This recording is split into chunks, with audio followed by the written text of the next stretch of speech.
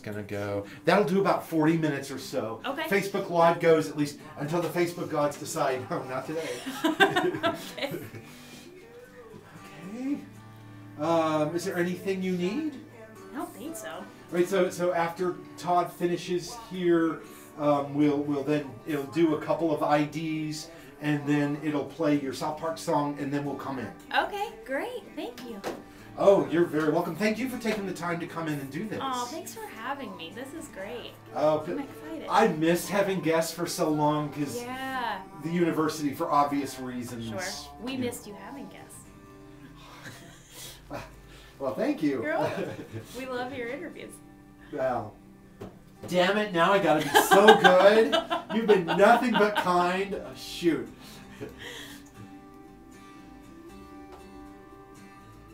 But if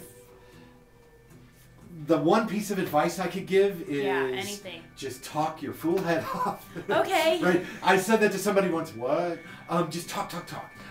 This should be all about you, not about me. Okay. I'll ask questions. I'm terrible at that. Oh, no. You want to avoid the one-word answers. One-word answers are death. So, who are your musical influences? It's okay for you to go, let me think about that. But, don't come. Bob Dylan. Right? And?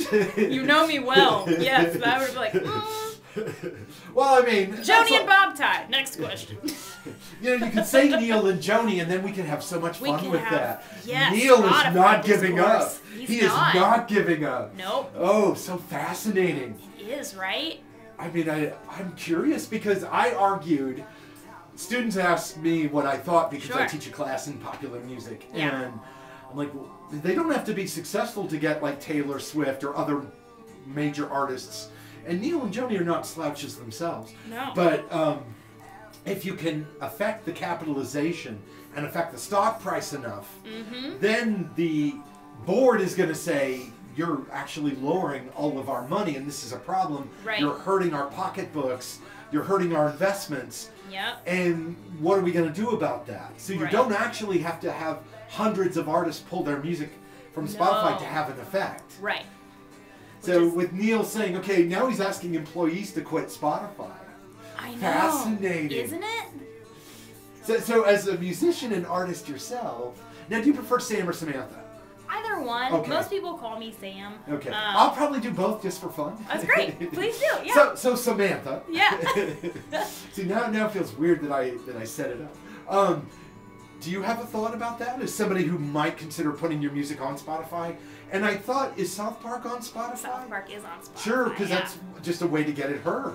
Yeah, absolutely. So what do you think when you hear someone like that talk about these issues? I think it's interesting. I've heard arguments kind of, several nuanced arguments really kind of surrounding the topic. I can appreciate certainly like Neil Young's approach to trying to leverage as much influence as he has for as much impact as he can get. Sure.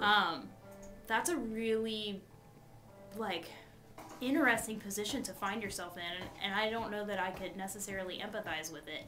I think it's really cool that David Crosby and Stephen Stills and Graham Nash all came behind, even though there's such a rift there, and has been for decades, right? For them to say, regardless of our personal tensions, what we've always agreed on are some foundational issues and causes and approaches to the way that we think that certain things should work, and so we're going to join in solidarity with he and Joni. I think that display of community really reinforces what's at the heart of his thing, which is that there's an ultimate goal in health surrounding global community that we need to pay attention to, and there are voices that can influence that positively or negatively, and he's saying, I want to be a positive voice, but by removing his voice from a platform. I think that's a fascinating approach. I also empathize with the fact that the music industry doesn't work like that anymore, and he's very privileged to have the ability to do that. And so I feel for a lot of artists that maybe want to join him in solidarity and can't because they don't own their music. And so then I wonder what kind of pressure that puts on younger, newer artists who are kind of at the whim of a higher power, if you will. And I don't know that necessarily set a precedent that was able to create as much of a shift as he would have hoped, because that's just not how the industry works. So, I don't know. I would like to hear Neil's voice and his opinion to counter what he thinks is a negative voice, and hear more opinions. You know, I think it would be great to hear him, you know, have this discussion with several different people and discuss what he believes is a better and healthier approach to a global issue. I don't know. That's a very insightful perspective. I don't know if that's true, but... Oh, it is. Well, I mean, you point out a couple of things. I mean, first, the solidarity among musicians who, from what I've read, have difficulty at this stage in their lives and careers being in the same room together. Yeah. And it's decisions made on, like, the catalog, or apparently there's just a wealth of I would call it a treasure trove, but a wealth of recordings, like live recordings and mixes that have never seen the light of day and things like that. And of course, everyone's got to sign off for those releases, and rightly so, right? The artist should have control over that. So the fact that they could set aside differences and say, we can support each other, I think that's insightful on your part. I also think it's important to acknowledge that Young is in a privileged position. He can afford to do this, and some artists can't, or some artists recognize that they can't or won't, for good or for ill, have the same consequences or effect as a Neil Young pulling music. Or don't own the rights to do whatever they want with their music. I would point out that there is some interesting... of course, we're all made of multitudes and we're all contradictions. Neil is no exception. Right. He sold 50% of his music rights to Hypnosis. Yep. Right? Which I know is a startup and is a little more artist-friendly than other music publishers and music promoters. Well, I shouldn't say promoters, but folks who buy up catalogs, right? The kind of music publishing. Right. So it's going to be interesting to see what happens with his music in the future. Right. Right. He did, of course, consistently create songs kind of raising concerns pointedly. He's always been for a cause. Yeah. It's going to be interesting. It will be. But no, your points are well taken. And if you do that on air, you'll be golden. Oh, thanks. Until I get hate mail for something. Well, shoot, we all get hate mail, We all right? get hate mail. At least we're getting mail. Mics are hot. South Park from Samantha J. King or Sam King, which I have just heard either one works. A terrific new song from Sam King, South Park.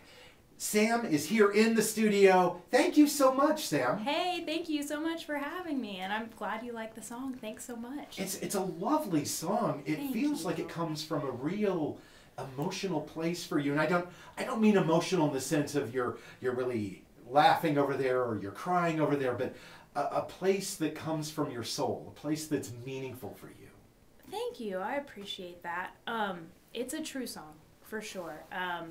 It's one that didn't take very much time to write, one of those songs that was pretty well formed before you ever pick up an instrument, and that's a gift when that happens, certainly, and one that I wanted to steward well, so I was really appreciative for the opportunity and the patience from David Payne and Patrick Himes over at Real Love to sit with me and figure out what that song wanted to be. It's one that means a lot to me. I like it a lot. How did you write it? How did it come to you? Well, I think I was sitting in the office and was just like sitting by the fireplace one day, and it's about reflecting on a relationship and putting yourself in the position of what it felt like to fall into that relationship, and then what it felt like to settle into it and to allow yourself to kind of be swept up in that moment again, to realize that the thing that was so sweeping is now so comforting, and then to kind of recognize how that can continue to sweep you up if you notice the small nuances that are such a gift. So. And so you recorded at Real Love Studios there with Patrick Himes, who we like to call the Wizard. Yes. And I'm just curious, as you're working on this, as you're thinking about it, do you immediately say, okay, I've got to reach out to Patrick, or I need to reach out to someone else, or you know what I mean? Yeah. Was it immediate in your mind, okay, Patrick can help me realize this vision? So it's interesting. This is the first song I ever worked on in the studio. I had not previously worked with Patrick before, or done any work at Real Love Recording Company at all. And so I was fortunate enough to play at a Christmas party, like a variety show of sorts, at a Yellow Cab. And I just played one song, and Patrick and I had met a handful of times, but he came up to me afterwards and said, I think we have some books on the dates. What are we going to work on? And I had written that song and knew that it was one that I wanted to record, but it wasn't entirely fleshed out yet. I had some ideas, but as far as production goes, it was a lot of, can I just kind of explain to you what I'm hearing in my brain, but I'm not really sure how to get from point A to point B. And so I was really grateful that, Patrick and I since have become really great friends, and I'm so grateful for his everything. But we sat and I played the song, and he and David just listened to that song, and I'm so grateful, and it was such a, like, gosh, what's the word? It was a really comforting but like really assuring experience as an artist that they got it. Like, they heard the song and they got it. And, I'm sitting there like making weird noises with my face trying to explain to Patrick what I'm hearing. Yeah. And of course he's like, oh, okay, hang on. And I call him Mr. Miyagi because he just has this like ethereal sense of what's in my brain and how to help me like manifest it. And so he runs to the next room and he's, putting a Rhodes through a pedal and creating these really wonderful sparkly sounds that you hear. But I didn't initially think of, like, I knew I wanted to record it because that's where I wanted to record. Every song that I've written since now, I'm really fortunate to be able to put through the filter that was established with South Park, that working relationship. So, sorry, that's a long roundabout way of saying I had no idea until it all finally made sense, Well, I have to ask the dumb question. No such thing. Well, 30 years of teaching. No, you're right. It's better to ask the question than to not ask the question. Sure. So I'm just curious, is it about the community or the neighborhood of South Park here in Dayton? It is about a moment at South Park Tavern, that South Park shade of orange. There was a moment, an evening before they repainted, that was very reminiscent of the sunsets that I frequently saw in my backyard, and just always would take me back to that moment. So, yeah. So there is a connection of place. Yes. For you that comes through the song. Absolutely. I love how the instrumentation around you kind of evokes. I don't know if I want to say it's like summer or maybe it's across seasons, but like you're in a space that you're happy in. Maybe it's your backyard, maybe it's your front yard, maybe it's at the park near your house. But you're outside and you're comfortable, you're happy, you're content. To me, the song feels like that. Oh man! I'm worried that I've made it out to be something that you're going to be like, no, it's nothing like that. No, that thrills me. So South Park Tavern has these lights outside on their patio, and have the exact same lights in the backyard. Yeah. And so there is this like kind of, fall evening feel to it for me. Just this really comfortable, like, just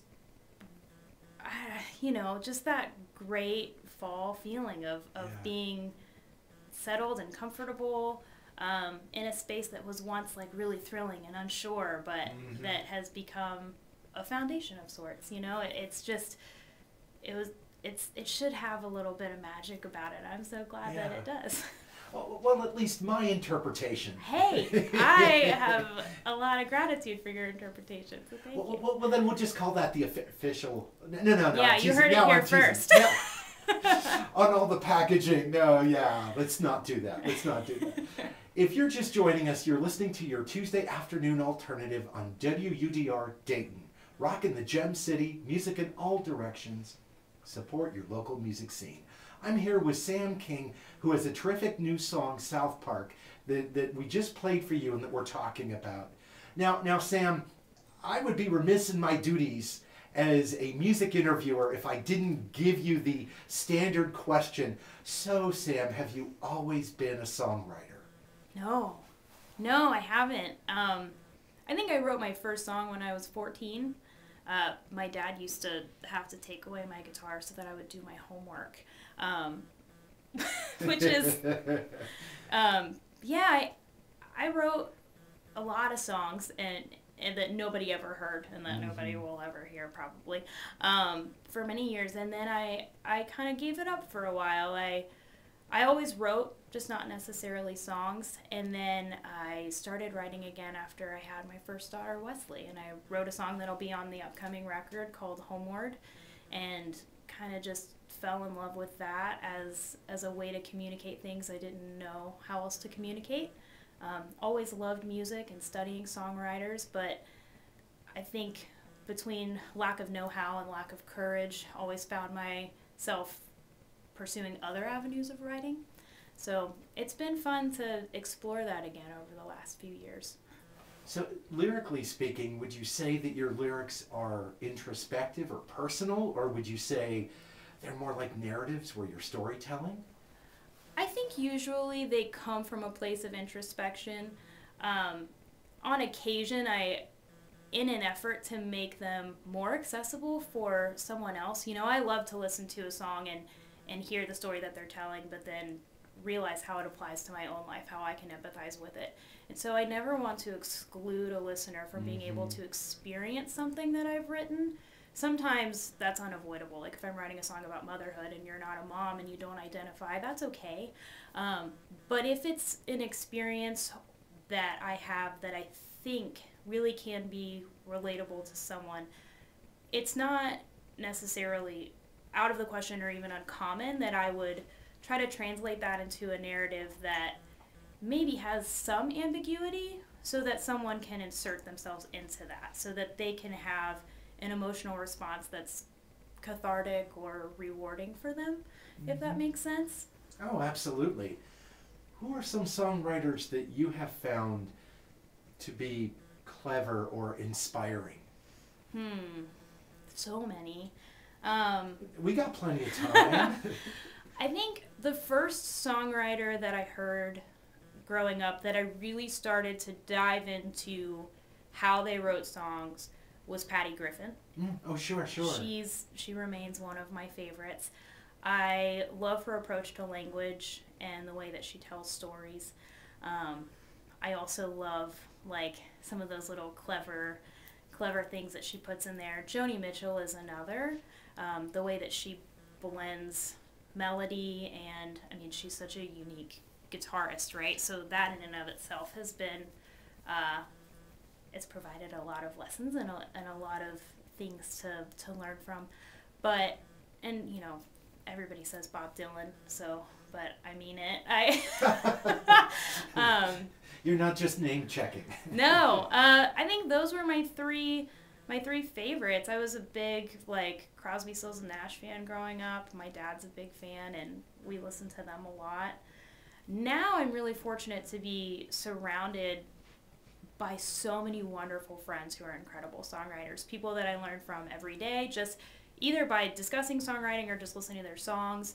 My buddy Paul Monin of Age Nowhere is one of my very favorite songwriters. I love his music. He has a song, Misery, that the structure of that song has influenced, some songs that I've written that'll be on the upcoming project. Seth Gilliam is another that I just find so inspirational. Salvador Ross, Heather Edmond and Amber Hargett, and Chris Blank. these songs are some of the best songs I've ever heard, and I'm so fortunate to be able to talk to them about the songs too. So I have a good balance of classics and then also local friends who are writing, Dayton classics. So absolutely true. We are so fortunate to have so many great songwriters here in the city, and regardless of what particular music moves you, you're into hard rock, we got hard rock. You want punk, we got punk. You want rap and hip hop, we got rap. We got hip hop, we got country, we got alt country, we got soul, we got okay. It's all right here. I'm becoming a laundry list at this point. Okay, get the milk, get the creamer, get the bread. All I've done is make a laundry list for you so far, but I can't help it to exclude someone feels like I've not given due credit, Sorry. For those of you who cannot see me right now, I am fervently agreeing with Sam here.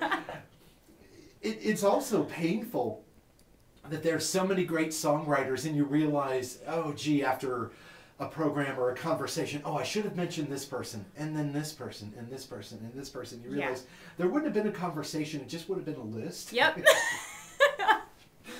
Now maybe that's just saying what a great situation we have and how fortunate we are. Oh, absolutely. I'm so grateful for it. I mean, I feel there's such an abundance of encouragement and inspiration throughout the music community, and being so new to it, I'm a total novice, total rookie. I have just been really overwhelmed by just it's been a full embrace from everyone, and I certainly don't feel deserving of that, but I'm really grateful for it. It's a welcoming community. It really is. Right, it truly is.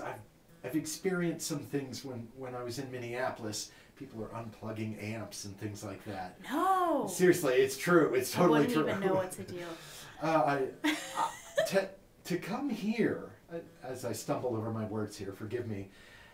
As I come here, I see, you need a cord? I got a cord in my car or truck or vehicle. That's everyone. You broke a string? Here. I got a string, or here, borrow my guitar. Yeah. I have seen on more than one occasion, I'm going to call him out on this because I think it says what a kind and sweet man he is. I've seen David Payne give his guitar to somebody on stage. Yes. Right? And I don't think I bet that's happened more than once, too. Absolutely. I mean, he's that guy. What a lovely thing to do. I mean, it's not to say that, artists don't listen to each other and take a healthy competition from that, but to see people roll up their sleeves and say, how can I support you? Yeah. How can I get your music heard at the same time that I'm getting my own music heard? Right. That's what's unique to Dayton, or at least one of the unique characteristics. I agree. Totally. It's definitely an iron sharpens iron environment. Any competition is only because it would, which I've really not even, I don't know that competition is the word that I would, but just, I want to help you. I want to elevate you, and we all elevate each other, and it just creates more and more opportunity. And there's so much kindness and grace, flowing throughout those opportunities. It's a real joy to be a part of. Absolutely. Well, we should play some of that music that we've been talking about, and then we'll come back and talk some more. And I will work on the twisting of the arm thing. Okay. So that we will eventually get Sam to play a song or two for us here. But in case you just popped in, first of all, thank you for taking time out of your day to be here with us. This is your Tuesday afternoon alternative for over 17 years, 17.4. Oh my God, I can't believe that I actually know that specifically. We've been doing your Tuesday afternoon alternative here on WUDR Dayton. Rockin' the Gem City, music in all directions. Support your local music scene. Sam King is so kind to come in and talk to us about her song South Park, her approach to songwriting, and a whole host of topics that we will get to as we talk more. Misery is a personal favorite of mine. Oh, me too. I especially like the version that was on the first record. Mm-hmm. And it's almost like they moved it in a completely different direction with the second record. Yeah. But there's something about the starkness. Sure. of that first version that really speaks to me. So, and since I'm here by the computer, if you'd been here, you could have chosen Sam, but I'm right here. So we're going to listen to Age Nowhere with Misery from their terrific first record. I can't emphasize that enough. If you don't know this band, please go check out their music. This is Misery from Age Nowhere. Yeah, you're good. You're doing great. Really? You're doing great. You don't think so? I sound like a blithering idiot. Oh, you are not a blithering idiot. You are good. doing exactly what you're supposed to be doing. Okay. And God bless you for nice. that. I don't know about that. You haven't seen me in the morning before that first cup of coffee. But no. Appreciate that very much. And so let's see. First you mentioned Age Nowhere, and then Seth Gilliam, right? What's that? Sorry, I was just... no, you're good. I was checking on kiddos. No worries at all. Let's see. I know, well, we talked about David, so we got to play something from David. I'm a big fan of Orange Glow. Does that work for you? Ooh, yeah. It's just a beautiful song. Oh, and you mentioned Heather. I'm really excited for her new record. Me too. Saw the Heather Redmond Band play South Park Tavern. Yeah. And they're so good. I got to sing background vocals for her once, and it was like the most fun I've ever had. She's got a great voice. I feel like there we go. That's plenty. 4 is good. I could hand her the phone book and say, Heather, turn this into something. Sing me something. Sing me some names. And I'd be okay with that. I mean, right? Or Amber Hargett. I feel the same. Oh my gosh. We are so fortunate in this city. Me too. I did the thing where we cut off and then I was like, I didn't mention Shrug, which Oh, I can do Shrug too? Their album... we did play 2 Todd Widener songs right before you came in. I just feel bad. Their album Whole Hog is Oh, God. Ended up being such a great record. They ended up being the neighbors of my grandmother when I was a kid. Oh, really? And they gave my dad a copy of Whole Hog, and he brought it home. That's what put local music on the map for me. Seriously, though. I mean, I'm on my 3rd copy of that because I listened and wore it out and listened until it stopped working. Color Me Gone. Right? Oh, God. The one song that always makes me cry. Why can't I think of it? It's a great album. It's a great album, and I didn't even know local music was a thing before that. Let alone that that's CDs. A good introduction. That's a really good introduction. Yeah, and they were just such kind people, and I had just gotten my first guitar, and my dad was like, my daughter sings, and I told Todd that story not that long ago. And he said, I have your first demo CD. Yeah. I don't even have a copy of my All first Along the demo. Underworld. Yes. I cry every time. Oh, I'm so sorry, Todd. I'm so sorry, man. But I'm an open book. I just didn't even think I didn't think about making a CD for local purposes and that, I could go to Omega and buy local music. I wasn't old enough to be going to restaurants and bars and hearing these bands. And so my dad was like, hey, I met these people. And I was like, okay, And I listened to this album and thought, I can sing these songs that I'm penning in my room and people might care. Yeah. Somebody might respond to it. Somebody might listen to it on their way to work. Really? And well, if South Park is any indication, your songs are great. Thank you so much. And I say that because I haven't heard anything else, which is clearly you being mean to me. I'm kidding. I am so kidding. I am so kidding. Although, let's be honest, I'm also jockeying to make sure you said stuff right away. So clearly, I am just crass and manipulative. No, but no. If South Park is any indication, your songs are great. Thank you so much. It's interesting to hear from so many songwriters that they start off with, oh, well, my songs aren't any good. And I'm like, oh, come on. My initial songs are total garbage. I mean, they weren't, right? They were honest and they were underdeveloped explorations of whatever was going on inside of my teenage brain. And there's value there, I'm sure, somewhere. Nothing that anybody needs to hear, but, value for my own development. Yeah. And, I had the binder that I think everybody had with like 1 million band stickers and album covers and stuff all over it. I'm still doing it, Sam. I still have it, and like 150 plus, tabs printed from 911 tabs. Oh, sure. With and just doing anything I could to try to recreate the songs that I loved. And that was great. But yeah, like, between doing that and then hearing Strug's first record. Yeah. Or not their first record, but the first one I heard. Right. Well, I mean, I'm trying to think, was it 2 before Whole Hog? Whatever, right? Yeah. I mean, they did, but it's just a great album. So what did you hear after Whole Hog? Did you seek out other local music? Gosh, there was this band. If somebody this is yeah, live? we are live. If somebody knows how I can figure this out, I just have like a memory unlocked. There was this band that used to play at the Oregon Express, and my parents used to like they didn't sneak me in. I was obviously, like 15. And that's another great thing about the Dayton music scene is that obviously certain venues can't do that, but some can. Yeah. And if they can, they do. And thank goodness for those venues. Like, yes. The more we can get young people in with your parent. If you're 15, 16 years old, John Hendry made a really cool post the other day that said, like, nobody thinks it's weird that you came to a show with your parent. Yep. We think it's so cool that you came to local music. We think your parent is cool for standing in the back, hanging out while you listen to the music you're into. Like, there is nothing cooler than that. I hope that just that continues to grow in this community, because there are venues that love to host and nurture that kind of enthusiasm, and I love that. My parents took me to Oregon Express, and there was this band called Frozen Feet, and they used to sing Bad Moon Rising, but the bathroom's on the right, so they would sing There's a Bathroom on the Right. And I loved them, and I wore their CD out. So if anybody knows, it's so old I haven't added anything in. So if anybody knows who they are or where they are, Frozen Feet. I need to find them.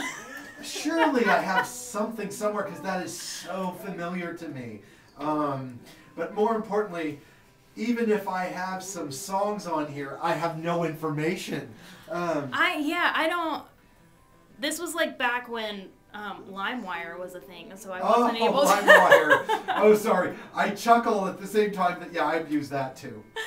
I was 14. I have a song, I'll Be Back Someday, from an album called Under the Table. Yes! So I can definitely hook you up with that. Please do. Let's see, 1998, so there's at least a... I was not a total doofus. I gave you some information. Yes. Okay. Thank you. Cloud Mind or Hive Mind or whatever we want to call you. Let's get some information out there. Come on, Internet. Let's show that we can be a force for good. Yeah. Well, I mean, and that's the kind of thing. There have been so many great bands. Like, when we made the hard turn towards local music, and God bless Mrs. Dr. J, because she's like, Art, that's really what you seem to be excited about doing on the show. You should do more local music. And so we did a hard turn after a few years. That's so cool. Kind of, quite frankly, getting a little bored.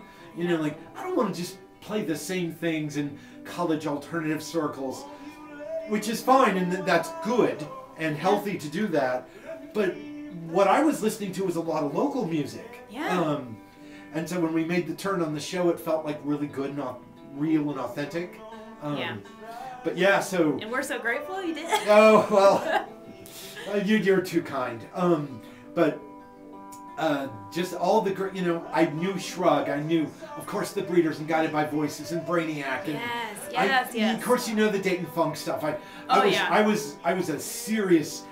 Oh, man, when Steve Shockley of Original Lakeside was sitting where you were, I fanboyed that man so hard. I fully support that. I fanboyed that. Oh, I am so sorry, Steve. There may have been slobber. I don't know. It was ugly. Because, I'm asking him about guitar tunings and... Yeah. Because this is like... That's a brain you've got to pick. As a kid in Minneapolis, Prince would come out and he would do, a Lakeside cover. Yeah. And I'm like, who is that? I have to figure out who that is. Now, I was an early Prince fan. I was huge, Controversy, Dirty Mind, early Prince records, right? For You. And I'm like, okay, sneaking into places I really shouldn't have been. And driving long distances to get to some of those places. Yes. And just, he turned me on to so much. And I realized early on that a lot of what made Prince unique for Minneapolis was that he was drawing on things like Dayton funk. Yeah. And a lot of the Minneapolis musicians were doing that. Like you listen to some of those Time records, and there's more than just the one.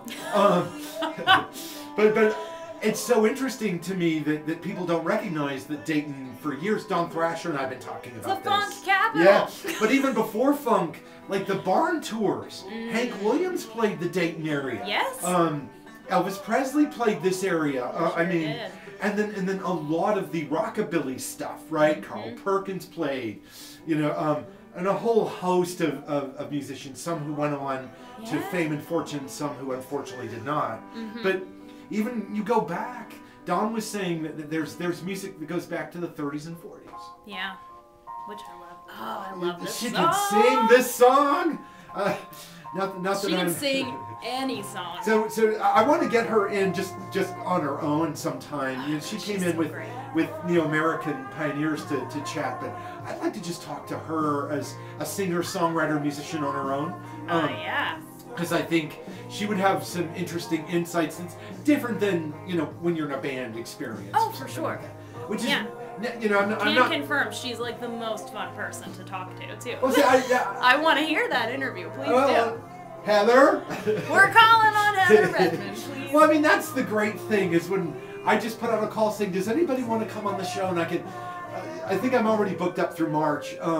That's fantastic. And that, as it should be, right? The show should try to connect with local music and create a platform in as much as it can be for folks. And that makes it a lot more interesting for me. Yeah. Me coming in and playing songs. Yeah, I can jump around the studio and move in an angular, awkward fashion that would only frighten small children.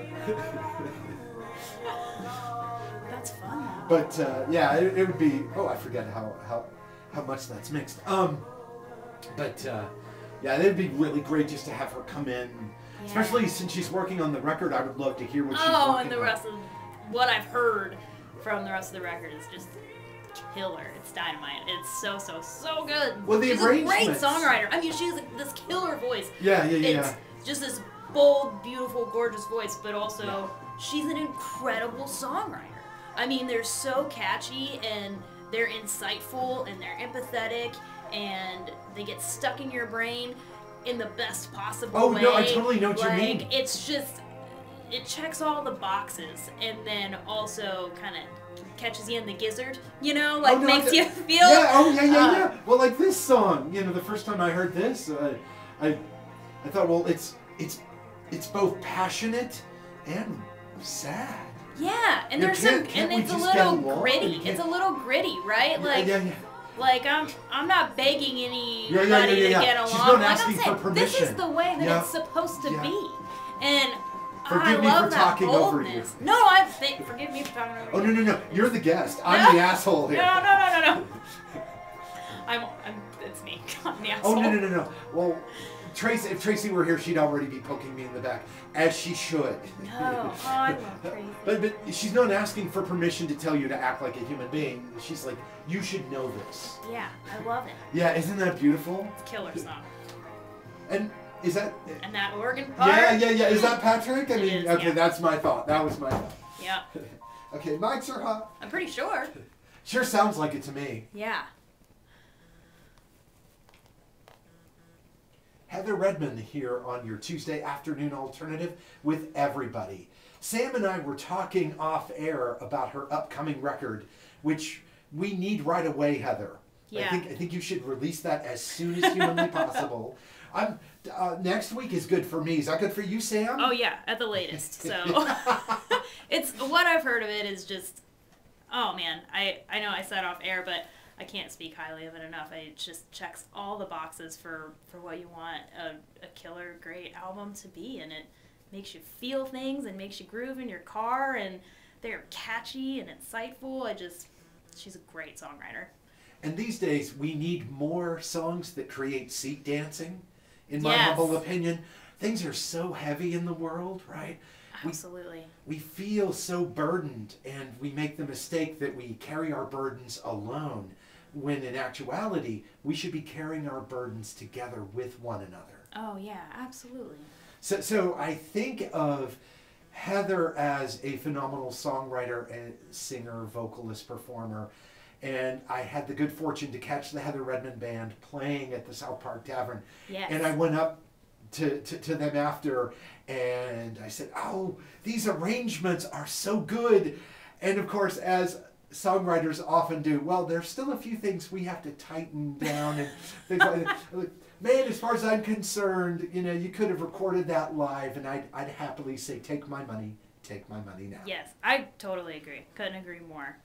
And before that, we heard David Payne with the title track of his terrific solo record, Orange Glow, which just feels like you're lying in bed and everything is peaceful and you're with someone you care about and you just don't want to get up. Yeah. You don't want to start your day. Absolutely. I remember the Orange Glow release party, and the whole evening kind of had that vibe. That was a beautiful night. I don't know were you there? I was. You were there. I was going to say, I'm pretty sure you were there. He's also an incredible songwriter, and God, I love that song, that whole album. So, highly recommend. If I'm trying to think. Out of Town? It just kicks and hits hard, but yet, much like we were saying with Heather, there's a deepness to it. Absolutely. That I think David has been mining that territory for years. For sure. Cheaper Than Therapy for me is just such a brilliant record, and that song so clearly just lays out what is true for so many musicians, that songwriting, songcraft can be like therapy. Oh, absolutely. So David has written some of my very favorite songs, and I think for me it's that really well, there's a tender balance and nuance to the strength and the grit and the boldness of the honesty it requires to be a great songwriter that I think he has, and then also making it really accessible and really gentle in a way that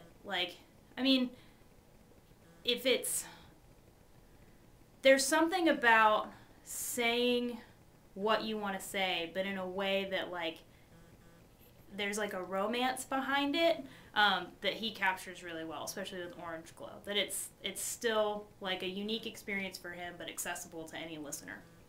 That is very well put.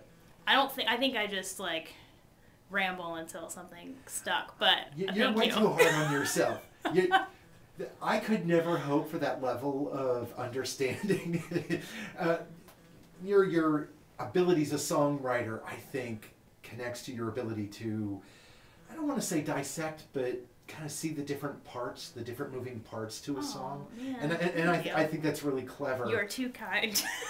Well, we'll just keep the love train going, because there's enough hatred in the universe. That's right. If you're just joining us, you're listening to your Tuesday afternoon alternative here on WUDR Dayton. And, we have questions. We have questions from people. I didn't even know that was a thing. It is a thing. It is a thing. People are asking, do you have other songwriters or performers, vocalists, who you like, Sam? Me? Yeah, not just, if I'm interpreting the question here from a distance, but if I'm reading it correctly, not just in Dayton, but outside of Dayton, are there songwriters or performers or singers that you think highly of? Oh gosh, there are so many. I mentioned earlier Joni Mitchell, and some people might say that's a cop-out for a young female singer-songwriter, but she's a great songwriter. She's an incredible songwriter, and I think that she transformed the way that we gave permission to write songs and to listen to songs. There was a vulnerability that she laid on the table with some boldness that I find really inspiring, and on the days that I'm afraid to be honest, I turn on a Joni Mitchell record. And then, there are other songwriters that I appreciate so much that are, modern, like Brandi Carlile.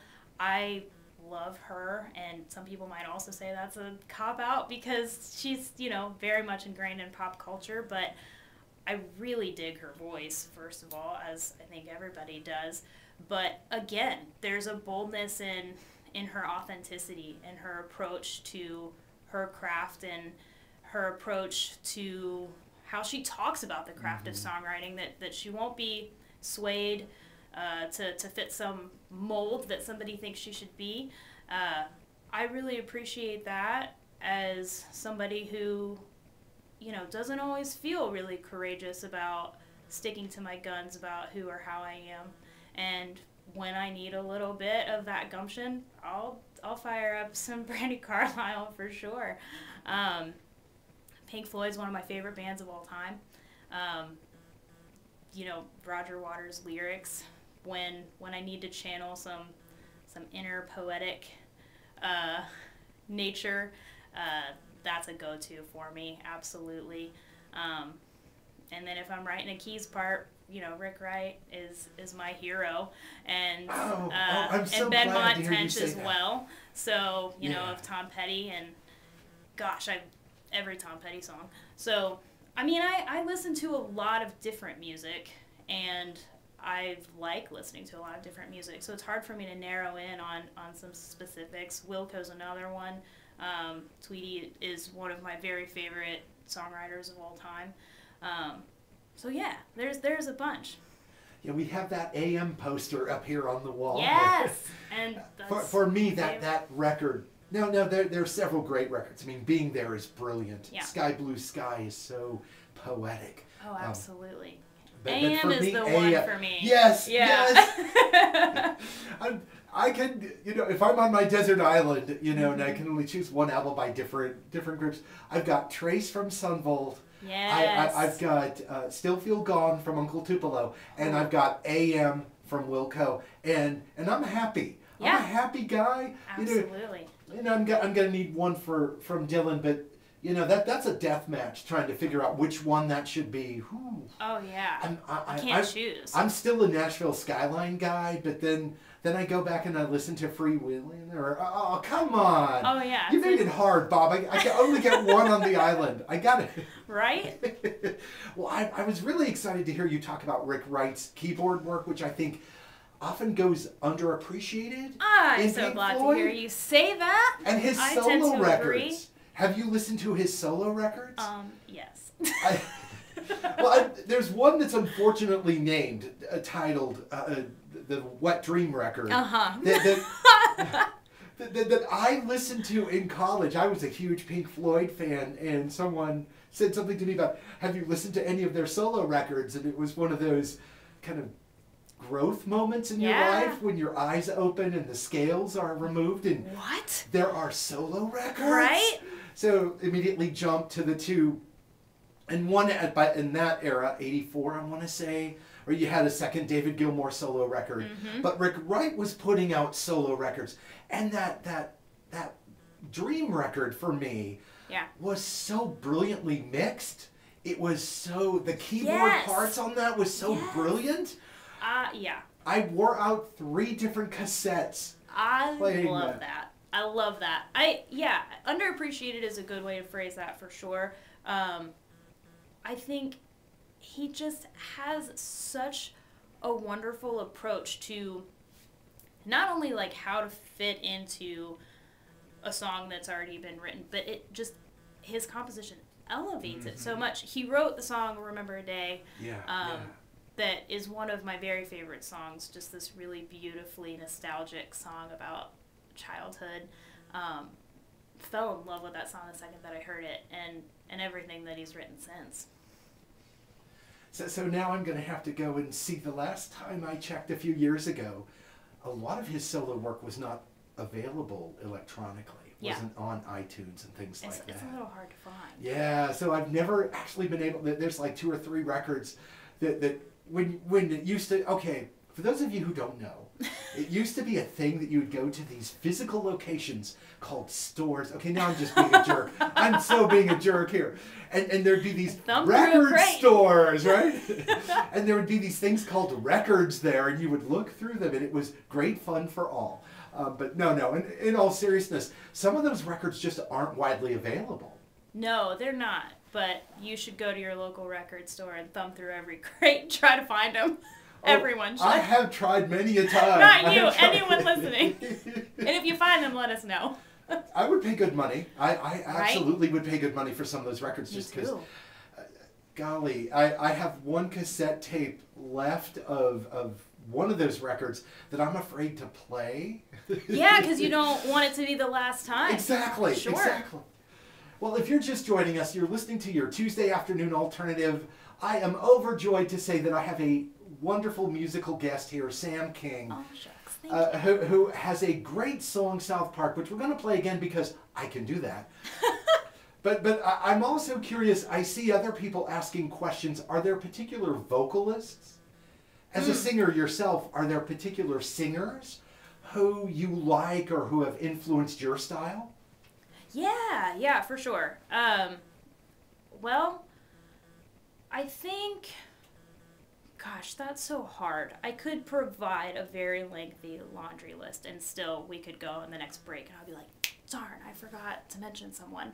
And I'm going to keep saying the same names. I mean, there's obviously Joni and Brandy, similar inflections that I appreciate a lot, that my vocal breaks tends to mimic and that I appreciate. Oddly enough, I think like the storytelling cadence of Bob Dylan is something that doesn't necessarily influence me vocally, but influences me like melodically and the cadence of songs. I'm having a little bit of like a brain overload of artists and trying to distill into the truest one. I love Stevie Nicks. Also might sound like a female songwriter cop-out. I think she's underappreciated as a lyricist for sure. Oh, no doubt. No doubt. But vocally, I love her work. Yeah, there are a ton.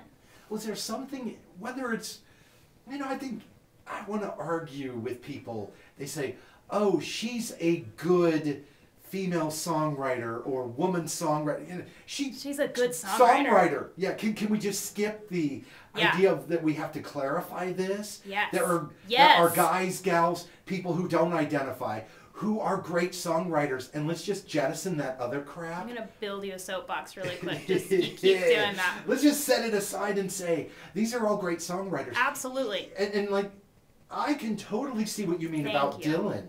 Right? And especially at different time periods when he's doing different things musically and he's using his voice differently. Yes. Right? Like Nashville Skyline is very different than, some of his earliest records, which is very different than, say, in the 80s when he was doing kind of more a traditional rock sound. He does Neighborhood Bully. That doesn't sound anything like, Tangled Up in Blue. Right. Right? Absolutely. And he's aware of that. And whether or not you like his voice, the vocal melody, right? Yes. That vocal line. And I think of the same thing with Stevie Nicks. Again, a brilliant use of the voice that she has to create or establish a vocal line. Yeah, absolutely. And I will throw in another love of yours, which I think probably way too much about, Roger Waters. Oh, gosh. Right? Does he unique voice. Yes. Does he have the best voice on the planet? Oh, no, of course not. Right? Right. I mean, I could listen to Dolly Parton, and this is something that I think should happen. Dolly should cover a Pink Floyd song. Oh, yes. Yes. Just something I think should happen. I've never even considered that idea, and it's my favorite idea I've ever heard. And in case you're wondering, I should tell you not to cash that check. It's going to bounce so high. But no, in all seriousness, right? Dolly is another one. Yeah, I love Dolly. Regardless of what she's doing, it's a great vocal line. It's a great vocal melody, right? Yes. The same thing with Roger Waters and the way he breaks up his voice to convey an idea or to transition from like one part of a song to another is really, brilliant. David Gilmour in that band technically has a more pleasant voice. Sure. But he doesn't have the gravity or the gravitas that I think Waters has. Yeah, I think they're each really uniquely positioned to portray a specific part of the story that they're telling. And that's one of my favorite things about, being a vocalist, is that yes, of course you have your authentic voice, but it's great sometimes when writing a song to find the voice that best suits your story, just like you find any other right instrument to tell your story. You know, whether it's a piano song or a guitar, or whether you need to have a mandolin or not, or how does a banjo affect, you know, this portion. Vocals are the same way, and I love that. I love what you can accomplish just by making some unique choices there. David Crosby is one that I should have mentioned vocally. I really love his timbre and his approach to, you know, his breathing and how he holds out notes. People are hit or miss on David Crosby, and I can appreciate that. But as a vocalist, purely, major fan. Well, can I convince you to play a song or two? We're gonna play. I'm dying to play some New Old Fashioned. Yes, please. So I'm gonna play something there, and then can I convince you at that point, when we come back, to play maybe a song or two for us? Oh, here? Of course, I'd love to. So what are you thinking of doing for us? Do you have something in mind? Yeah, so I mentioned a song earlier called Homeward that'll be on the upcoming project, and it is the first song that I had written in many years about, I wrote it for my eldest daughter, Wesley. Before Tegan was even born, it started as a poem and since developed into a tune, so probably play that one for you. Well, thank you, Sam. I really appreciate you being here. Oh, thank gosh, you so I appreciate much. you having me so much. This is a blast. This is one of my favorite New Old Fashioned songs from their split record with the Repeating Arms. It's Radio Waves on your Tuesday afternoon alternative. I love this song. Oh, it's a brilliant song. Yeah. Well, not to mention the whole college radio thing really hits me hard. Right? Remember the first time, well, I was there at the release show. There's a, there it is. They played this, and I remember Tracy putting her arm around me and like, don't hug me right now. I will don't cry. Hug me. I'll lose it. You hug me right now, and it's going to be ugly. It's going to fall apart. I love that. Yeah, oh, we got a bunch of questions that there's no way we got time for, yeah. What? So I had to set it to make noise, otherwise I will never see if people have questions. That's so crazy that people are, that's so nice of people. There's a storm coming, yeah, it feels like rain. In that signal. Now, are you going to stay seated, or do you see yourself standing up? It's whatever you prefer. No. You get to drive this train. I'm not a very good driver. I do love trains. I